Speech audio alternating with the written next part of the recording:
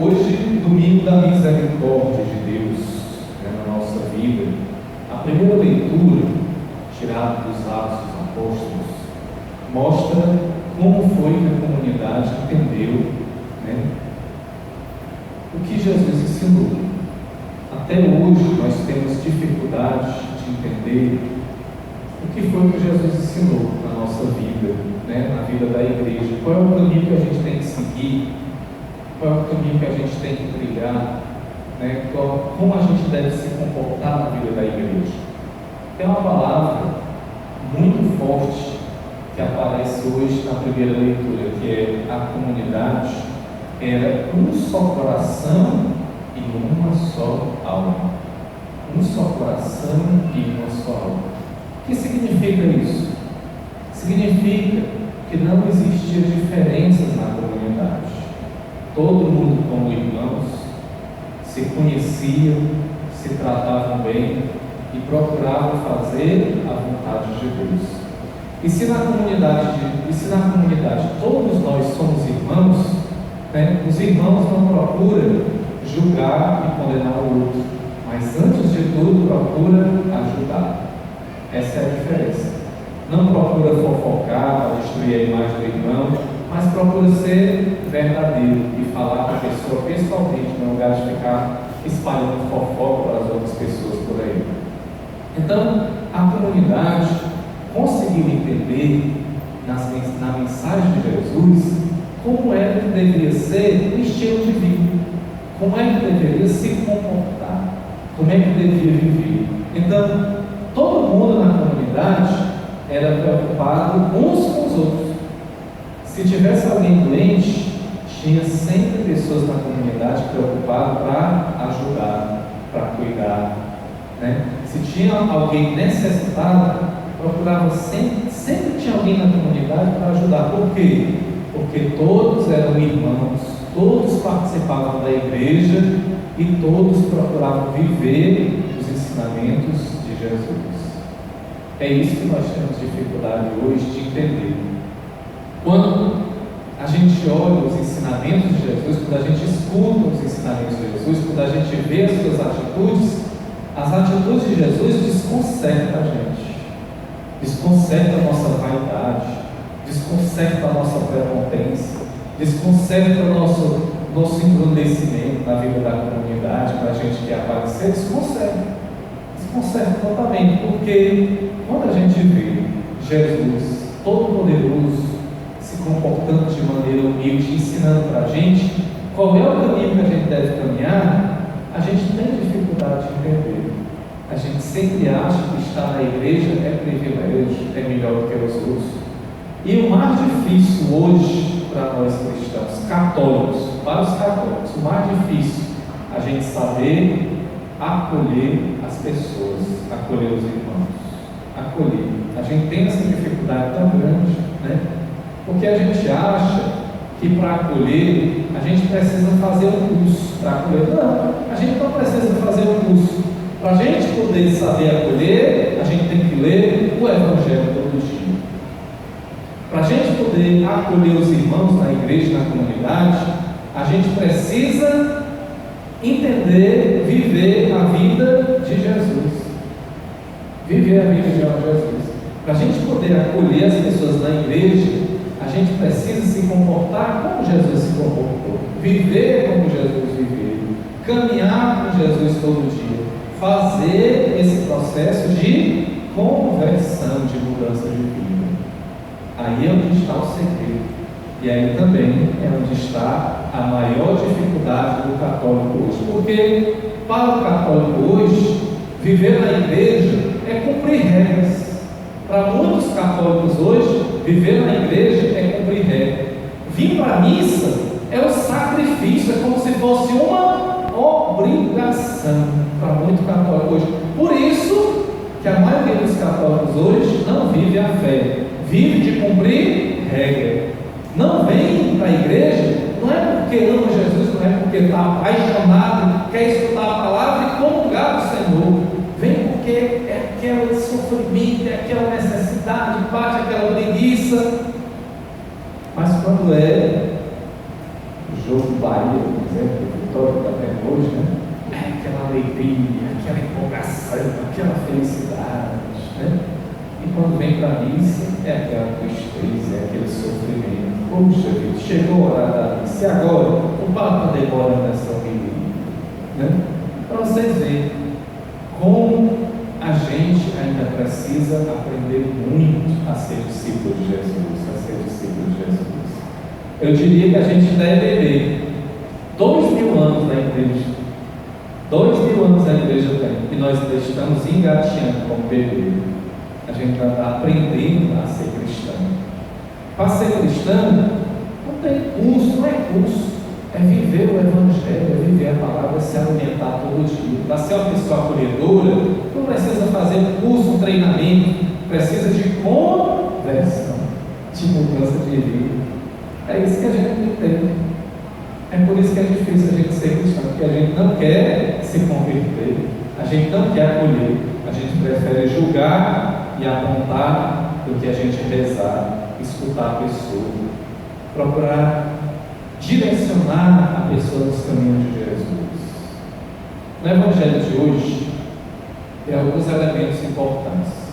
Jesus proclama a paz 3 vezes, para dizer o quê? Não existe igreja sem trilhar o caminho da paz. Tem gente dentro da igreja que só quer a divisão, que só quer fofoca, que só quer confusão.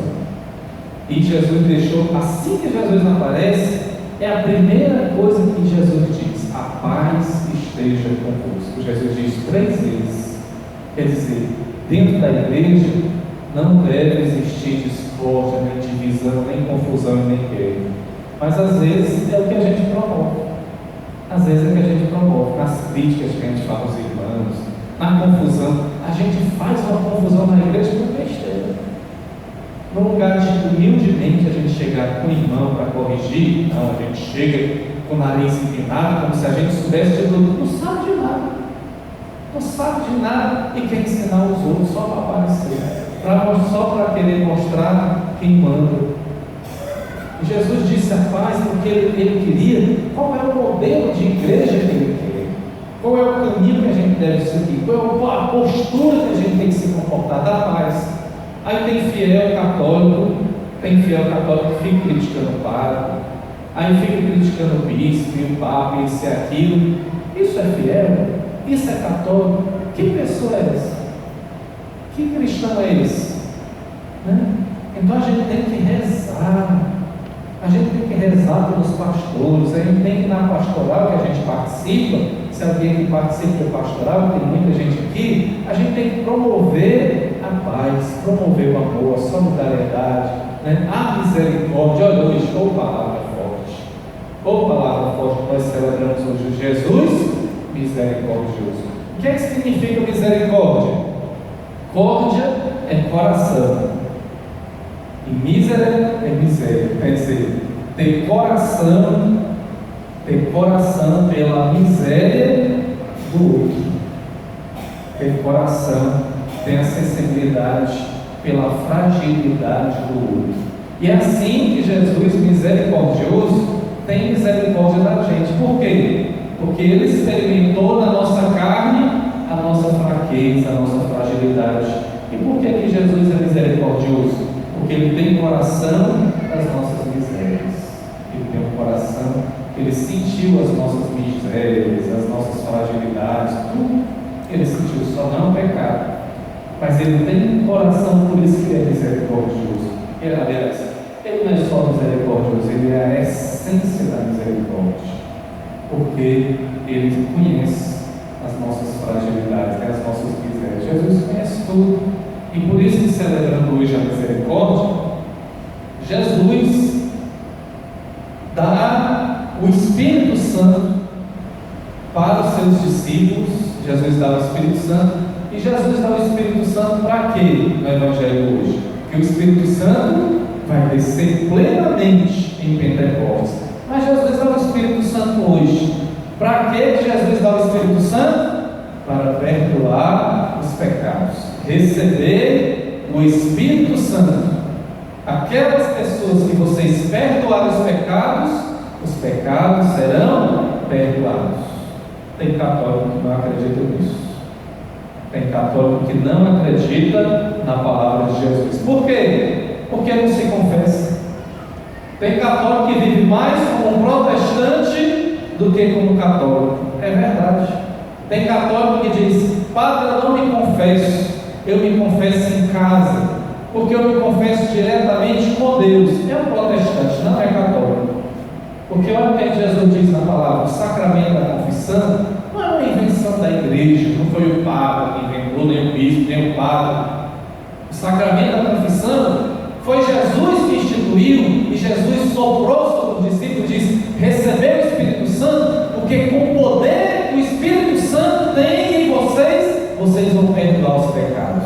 E aqueles pecados que vocês perdoarem, serão perdoados. Ai, padre, eu não me confesso com o padre porque o padre é pecador. E Abraão não era, Moisés não era, Isaías não era, Jeremias não era, Jacó não era, o profeta Davi, aliás, o rei Davi não era pecador não. Todos na história da salvação foram pecadores, mas Deus deixou de confiar, Deus deixou de escolher, Deus deixou de dar a missão para cada um deles? Não, Deus não deixou de dar a missão. E hoje Deus deu a missão para a sua igreja, para os apóstolos, para os sacerdotes, perdoarem os pecados. Perdoar os pecados.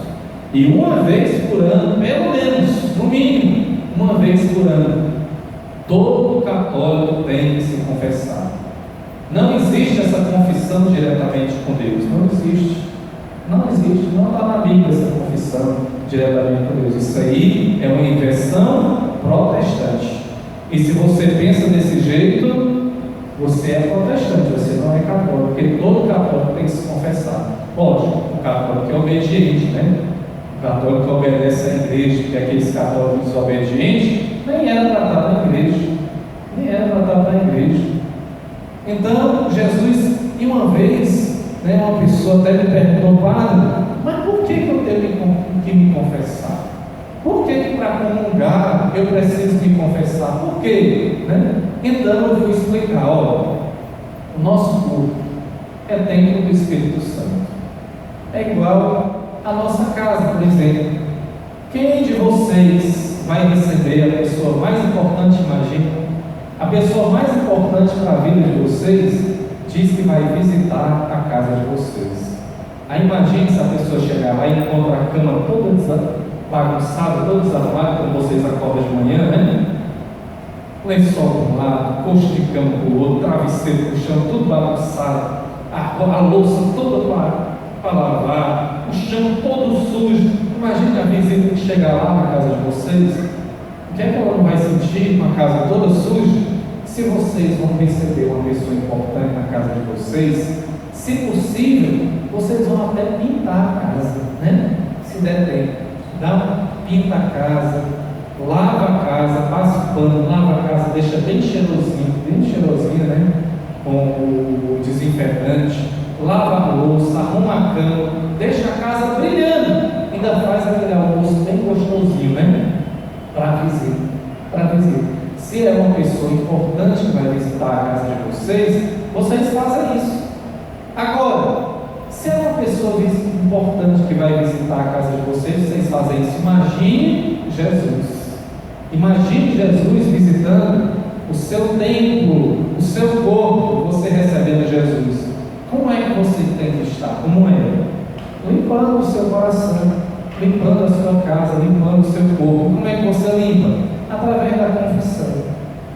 Através da confissão, pedindo perdão, pedindo a misericórdia de Deus. E Jesus, através do sacerdote, vai lhe perdoar. Jesus, através do sacerdote, vai lhe perdoar. Por isso que hoje, no domingo da misericórdia, nós temos que refletir como nós podemos ser misericordiosos. E no monte, no capítulo 5 do Evangelho de Mateus, Jesus sobe na montanha, para proclamar as bem-aventuranças. Bem-aventurados os misericordiosos, porque alcançarão a alcançarão o quê? Misericórdia. Ah, eu sei que vocês tinham esquecido. Bem-aventurados misericordiosos que alcançarão a Misericórdia. Ah, vocês lembraram. Tá certo. Vamos agradecer a Deus por esse dia tão maravilhoso, chovendo, né? Tá fresquinho. Tem gente que tem medo de chuva, né? Não vou para a missa porque está chovendo. Imagine, Jesus não deixa de lhe visitar quando está chovendo, se você estiver doente. Vocês acham que se vocês estiverem doentes, Jesus vai deixar de atender vocês porque está chovendo? Com certeza não. Jesus vai sair na chuva, vai ter um encontro de vocês e vai realizar a graça na nossa vida. Como eu falei no início, nós estamos ainda engateando. A gente precisa rezar mais, a gente precisa ler mais a palavra, a gente precisa vir mais à missa para ter um encontro com o Senhor, para viver uma vida de comunidade quando nós estamos aqui reunidos. E a gente já precisa aprender mais a ter um coração misericordioso, como diz Jesus. A gente precisa aprender mais a acolher. A gente precisa mais a cada dia. Peçamos ao Senhor que nessa celebração o Senhor entre em nosso coração e que através do Espírito Santo sejamos discípulos e discípulas misericordiosos da graça de Deus. Louvado seja nosso Senhor Jesus Cristo. Para sempre seja louvado. Ou seja, o arte do coração de Jesus como fonte de misericórdia para nós